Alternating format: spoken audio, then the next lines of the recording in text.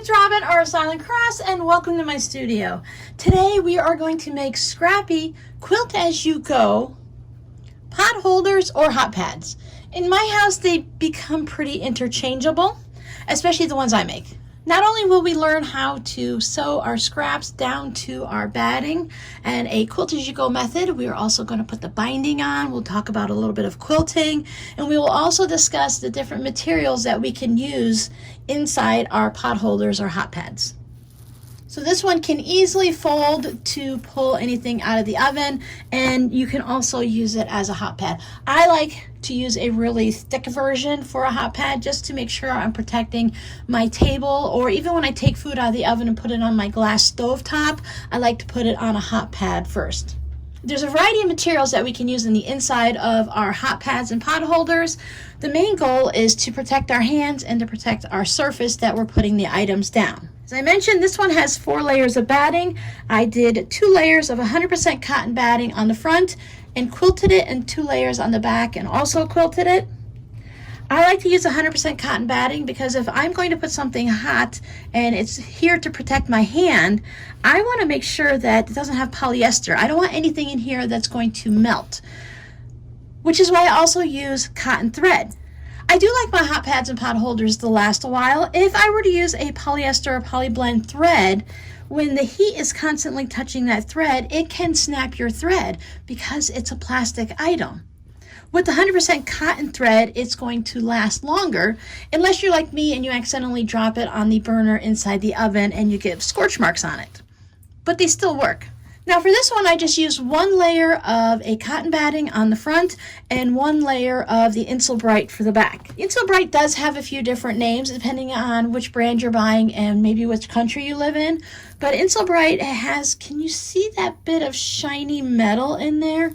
It has this metal protective layer in there that is supposed to protect your hand and the surface to keep heat. It's supposed to keep the heat from going through. You can find a similar material inside coolers, that really shiny metal looking material that's in there. It does the same thing, it just keeps the cold in and it keeps the heat from making your drinks warm. I don't like the crinkliness of this. I don't like to sew through Insulbright, which is why I prefer to find other items or to use just extra batting. You can see it has this more of a batting feel on one side and it's a little bit thinner on the other side, and you can see that shiny metal. When making things like a pot holder or a hot pad, they say online that it doesn't really matter which way you turn it. If you go to the Insulbright, it says it doesn't really matter if you have it facing more of the metal side up or if you have more of the batting side up. If you think about it, when it's going into a pot holder or something, sometimes you're going to grab it one way, sometimes you're going to grab it the other. It doesn't really matter that much for this project. So if you don't have Insulbright on hand, you can't get it where you live, or you're not interested in purchasing something like this, or you're like me and you just don't like to sew through it or anything, there are other options. As I mentioned, you can use extra cotton batting. So I have my 4 layers here. Or you can use a varied amount of cotton batting. Maybe you want to use 2 layers of batting and 1 layer of a cotton flannel. That's also going to help protect your hand and the surface from the heat. So some of them have the denim as the back of my pot holder or hot pad. And in other ones, I put a layer on the inside and used it as a piece of batting. So just how you can see the difference, this one folds easy. This is 1 batting and 1 Insulbright, and this is 4 batting. Since we're going to be working with purple scraps today, I went ahead and flipped my mat over. I hope everyone able to still see everything well today. My purple scrap bin has been overflowing, so I decided to make a purple version today. So I have a variety of purple scraps. Some lean in towards the pink, some have other little novelty colors in it. It's just going to give me an overall purple feel. You can use varying widths. I try to stay with things that are about 2 inches wide or a little bit wider, and you can also use of various lengths. If you have a piece that's semi-square, doesn't have to be a perfect square, I like to start with that in the center. So I do look for that when I'm going through my scraps. Otherwise, I'll just cut a square off of the scraps that I already pulled out. If we want to have that little hanging bit on ours, to be able to hang it up, I know some people like to hang theirs up. I just stack mine up on the counter. So we'll need that. I have a scrap that's 2.5 by 5. You can make it a little narrower if you want something that's 2 by 5. If you have something that's 4 inches long or 4.5 inches long, this is very flexible. It's just a little hanging hook thing there. You don't have to be perfect with it. It just needs to be long enough that we can stitch it down and still hang it from something. I have this purple that I'm going to use for the backing, and I pulled this purple to go ahead and use for the binding.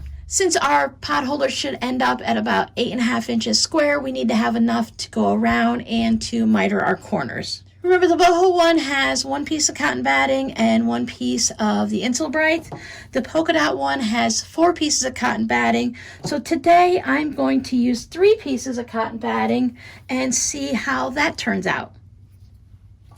Both of these are going to work equally as well, but I just like to see which one I'm going to like using the best, which I'm going to like sewing the best and creating, and which one is going to work the best.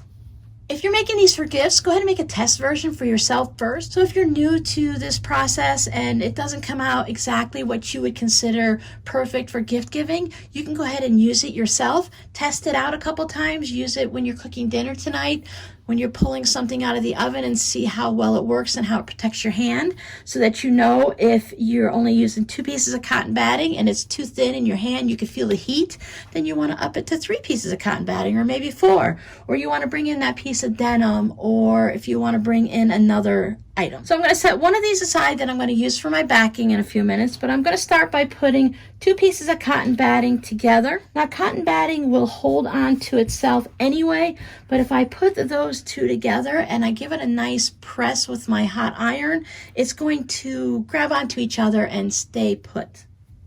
You could also put some pins in it, but once we get our first bit of scrap sewn down, you're not going to have to worry about things shifting. I cut my batting, all 3 pieces, at 9.5 inches square. As we're doing the quilt-as-you-go process, it's going to shrink in a little bit, and you want to make sure you have enough room to move your ruler around to get your 8.5 inch square. Whatever size you want your pot holder or hot pad to be in the end, just go ahead and add an inch or a little bit more to whatever you're using on the inside, your batting and such. If my scraps are wrinkly, I give them a nice press as I'm choosing them for my project. It's a lot easier to work with a piece of fabric that's flat than one that has creases or wrinkles in it. So I'm going to start with my square in the center. You can put your square off center. You could put it on the diagonal. Let's do this one on point like that, so it has a little bit of a diagonal feel. When I'm sewing these projects, I like to do something similar to the log cabin. As you can see with my polka dots, this was my starting square here, and it's not even a square. This was actually this weird pyramid triangle thing. I just cut off the pointy part and put it down here.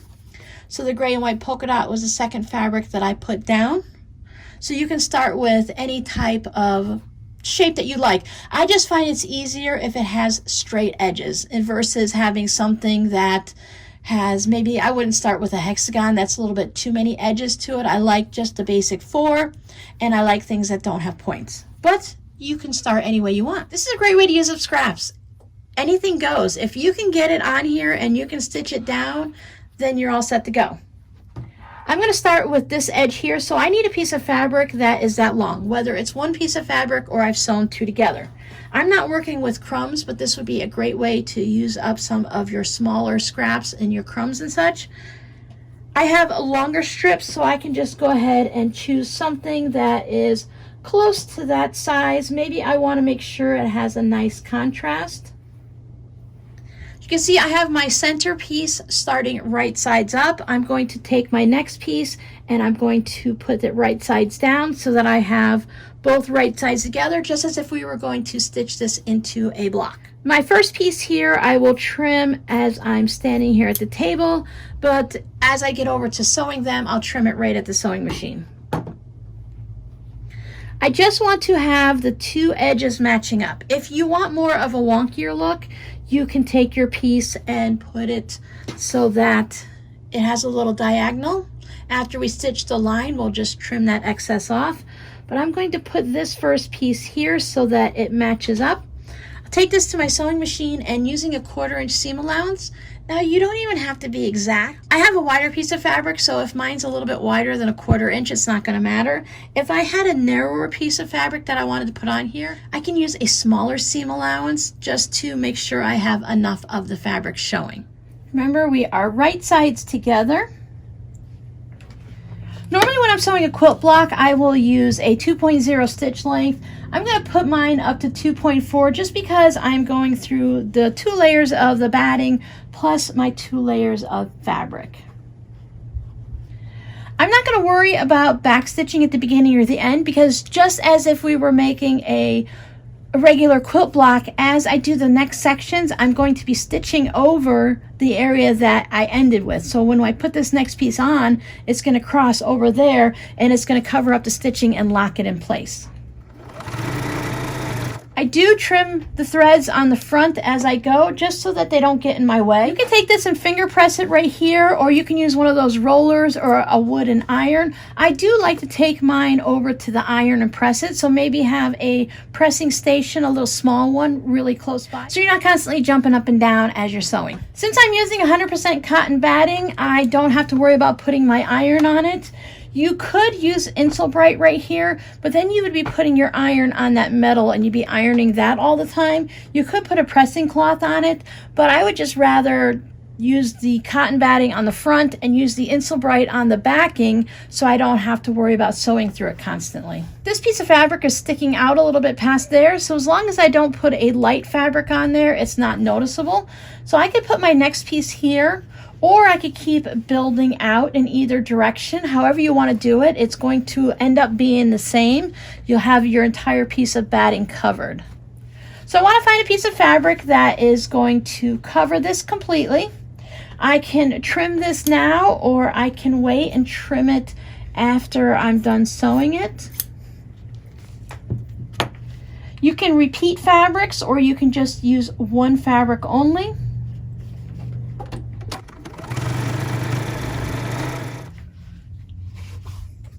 So if you wanted to remove this excess fabric, I think I stitched through mine, but I can remove this part and just leave the little bit where the stitching was, or you could pull it out. Most of the time I just leave that in. It's just going to create the extra insulation as you're using this. If you're making a lot of these as gifts and you're like me and you like to use your iron and press it after each piece of fabric, if you're making 4 or 5 or 10 or 12 of them at once, then you can just keep working on them, make all 5 of them, take them over and press, then come back and stitch your next fabric down. Now remember, your fabric has 2 sides. This one has a dark black looking leaf on the front, so I could leave it to where the leaf is there, or maybe I want that solid purple. I could use the back. So either way, I'm going to have right sides together. Now this piece of fabric is narrower at one end and wider at the other, so I can use either section if I want a wider piece or if I want narrower.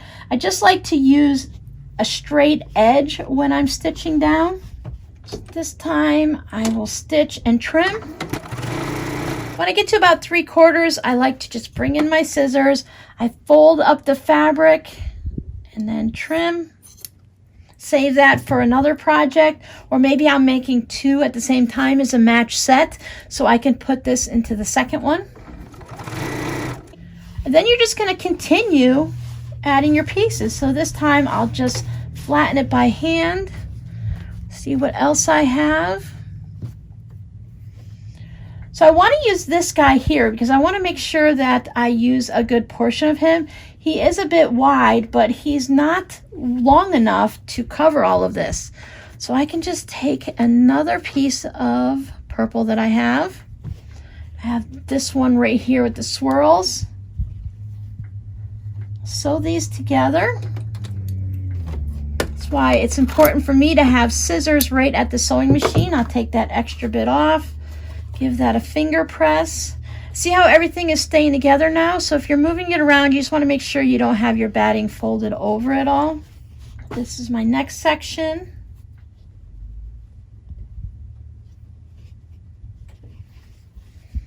Stitch that on. Of course, the wider your fabric, the faster it's going to be, and you're going to see more of each fabric. You can use your narrow strips if you want. Leftover jelly roll pieces are great to use.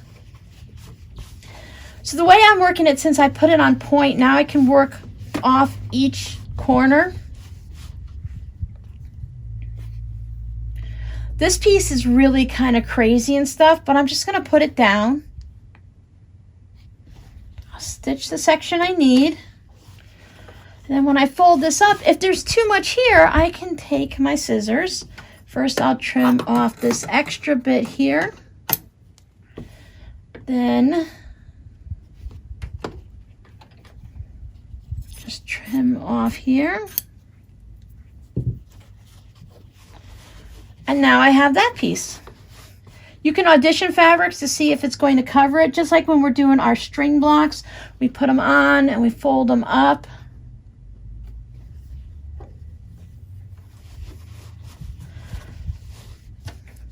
Maybe I want this color on this corner. This is a great project for kids or beginner sewers because it doesn't have to be exactly perfect. So I know this seam wasn't a perfect 1/4 inch. I just stitched it down. And if you look here, this piece of fabric is down shorter than these two. So when I line up my next piece, I need to make sure I line it up on here to make sure that I don't have any batting showing. Again, I'll have these extra pieces that are sticking out here. They'll just add extra insulation. So my seam allowance was a 1/4 inch and now it's more like 3/8 up that way. I'll need another piece to cover there. Once we're all done, we'll just trim away all of that extra. This part here is going to get trimmed when I trim the block, so I'm not going to worry about that. I do like to pull out any threads I see as I'm going because we're still going to add extra quilting to this. Took it over to my iron and I gave it a nice good steamy press everywhere just to settle everything down and make it nice and flat. Before I start trimming it up, I like to just trim off any of the excess fabric around the batting just so that I'm able to see where my actual square is. Usually when I do the log cabin style, I don't have all of this excess, but because I did it on point, I end up with extra around the corners.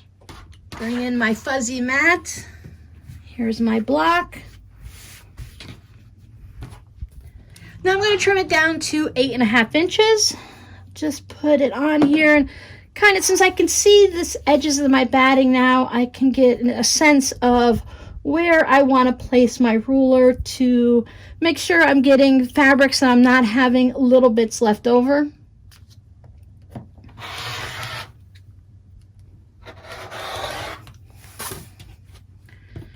And I can turn it around. Now, if you're using a different measurement, that's fine, but I'm going to line mine up with 8.5 inches on these two edges that I've made nice and square. Mine didn't shrink down as much as the other ones because I used wider pieces of fabric, so it didn't have as many seams on it as the other pieces have. So you might not have to trim as wide of scrappy pieces off that I did. So that is what my little pot holder hot pad's gonna look like. While I was over at the iron, I took my little hanging strap and I pressed it wrong sides together, and then I brought each of those sides into the center. It's the same process that I use when I'm making handles for my tote bags, and then I fold it in half.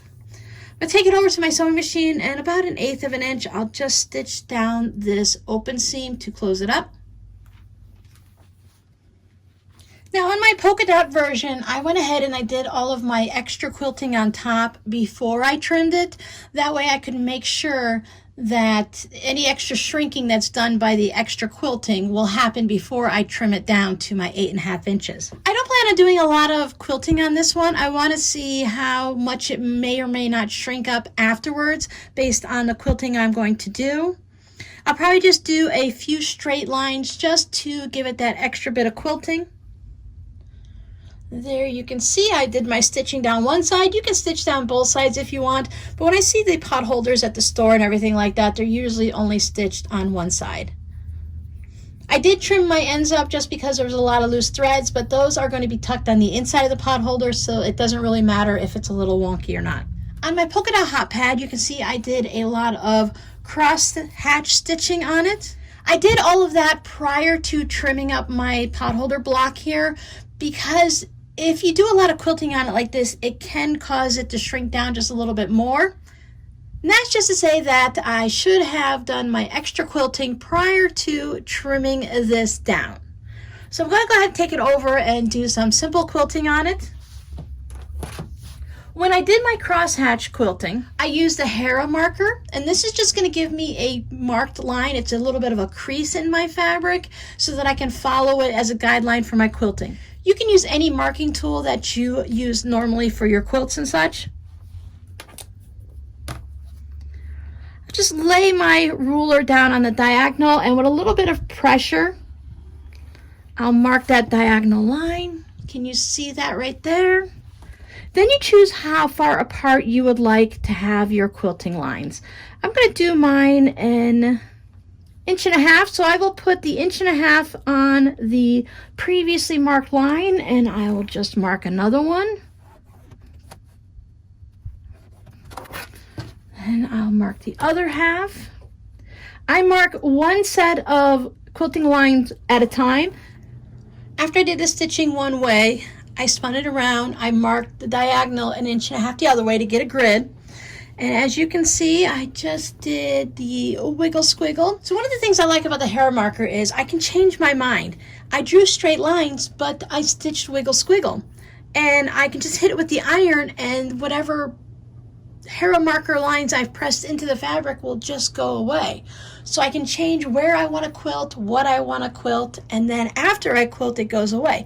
If I'd have drawn that straight line with some type of a marking tool, sometimes it goes away, sometimes it comes back, sometimes it just gives you grief. But I know with the Hera marker, it's just a crease. I can get rid of that. So I've done my quilting.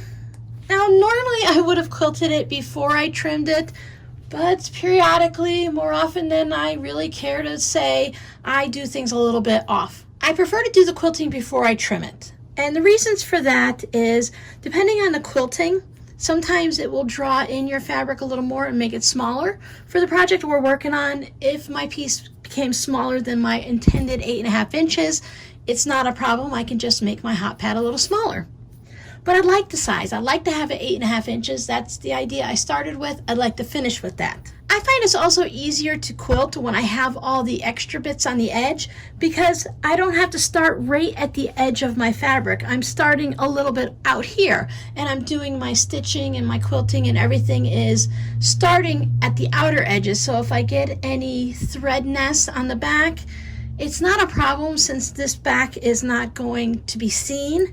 But it's nice if there's any type of a problems that it's on the parts that I'm going to cut off. Now, I do get questions periodically. Why do I show my mistakes? I could have just refilmed this. I could have, started all over with different fabric, different purples, different color, whatever.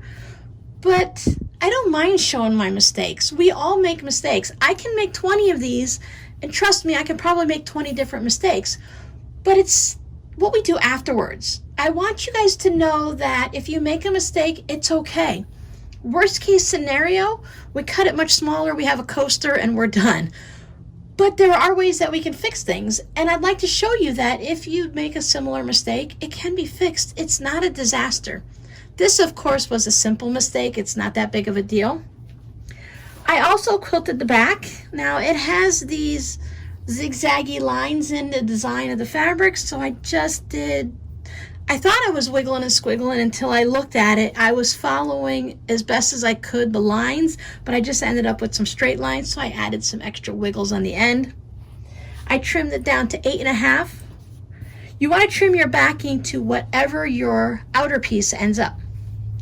So when you trim your pieces down, you just want to make sure they're the same size. The numbers don't matter, except for the fact that it'd be nice if it's larger than your hand. So I'm going to lay my back down with the right sides down. I'm going to have the batting facing up, and I'm going to take my front piece and I'm going to put it batting sides down. So I'm going to have a sandwich that's going to look just like my pot holder is going to be when it's all done. Put 4 clips in just to hold these edges. I want to do a stitch around the edge just to hold it all together, so when I go to sew my binding on, I don't have to worry about anything shifting. I put my binding on using a 1/4 inch seam allowance, so I want to make sure when I do a stitch down through here that it's less than 1/4 of an inch, so about 1/8 of an inch. You can lengthen your stitch. It doesn't need to be a super tight one, so you can lengthen it to whatever your machine happens to do. I just wanted to hold it in place, and I'll stitch all the way down here, and I'll come right off the edge, and then I'll come back and I'll just stitch it all the way on all 4 sides, making sure that everything is lined up. I want all of my corners to meet. You can put extra clips in the corners. You could put pins in the center to hold it in place, whatever's going to work for you. Everything looks good on the back, and you can see on the front that sometimes I'm a little bit off. Now that's going to be covered by my binding, but you can also just do a final trim if you need to trim off any of the weird stuff. If it's just a little bit, it should be fine, but if you have a lot of the batting or whatever sticking out there, then again, you can just put a ruler down and straighten it up. So here's my little hanger. You can hang it diagonally. I think this one would look cute hanging diagonally with the kitty cats there, or you can have it hanging straight on, or you can skip this loop completely. As I mentioned, I don't hang mine, so you don't need to have it at all. Take it to the back. I'm going to hang it on the corner with the kitty cats. Now, I don't want to just stick it right in the corner, because look at all those extra layers that I'm going to have to stitch through, plus when I do the corner of my binding. So I went just a little off on one side of the corner and a little bit off on the other. Just want to make sure that my little tabs here are going past the edge of my fabric. If they are down here, then they might not be underneath the binding when I go and I stitch the binding down. Take that to my sewing machine, and I'll just put a little tacking stitch in both places to hold it in place. There it is, stitched in place. Now I have these extra little bits that need to be trimmed off.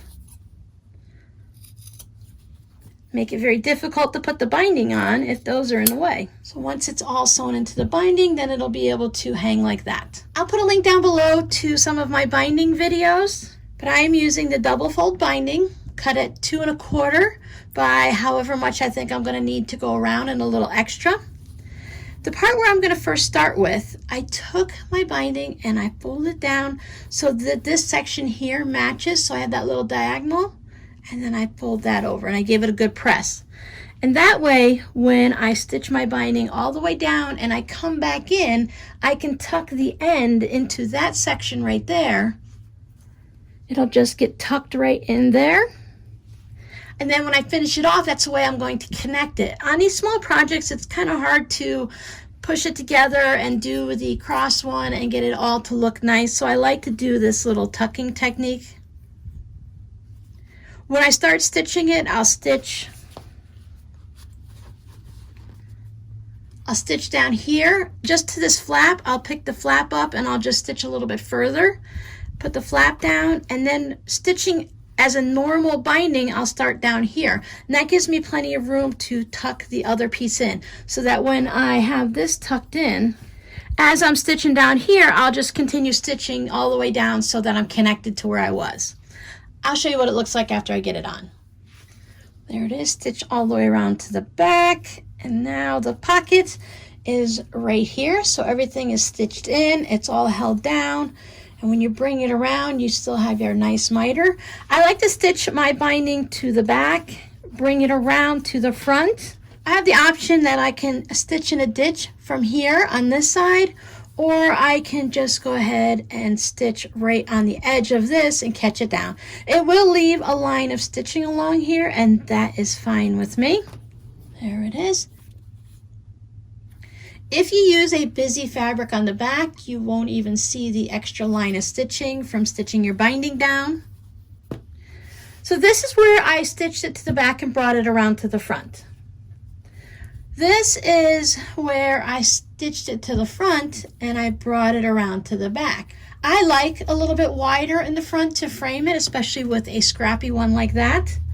But I also like this version too, and using the same fabrics, it blends in very well.